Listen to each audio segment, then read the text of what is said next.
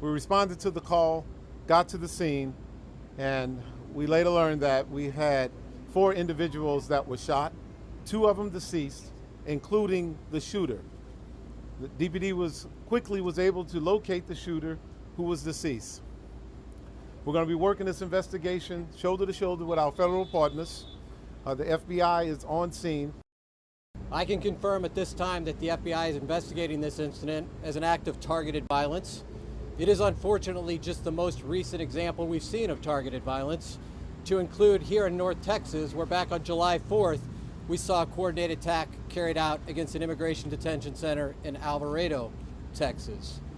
What I can also share with you is that early evidence that we've seen from rounds that were found near the suspected shooter contain messages that are anti-ICE in nature. Again, this is just the most recent example of this type of attack. This will be a whole of government response. There will be no resource not utilized to bring all those individuals who are responsible to bring them to justice and to hold them accountable. While we're not releasing identities of any victims at this time, what I can confirm for you is no members of law enforcement were hurt during this attack.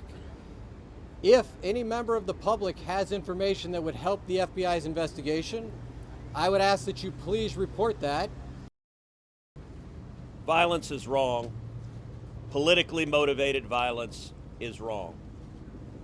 It was 2 weeks ago today that we saw a political assassination in Utah that tore the heart out of much of this country.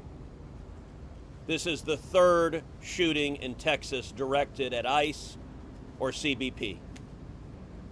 This must stop.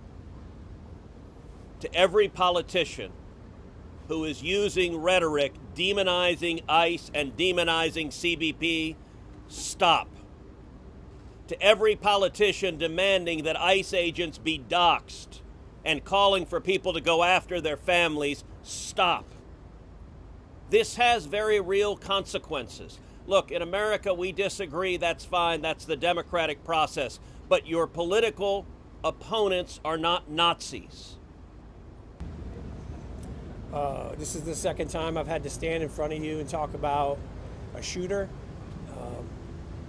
at one of my facilities, and I think that the takeaway from all of this is that the rhetoric has to stop. There are people out there who are seeing what is being placed online, and they're coming and they're doing acts of violence against ICE employees. So that's kind of all I have for today, is that it's just got to stop. Please join me in praying for the families of the folks who lost their lives today. Pray for the speedy recovery for those who are hurt and were injured in what happened today.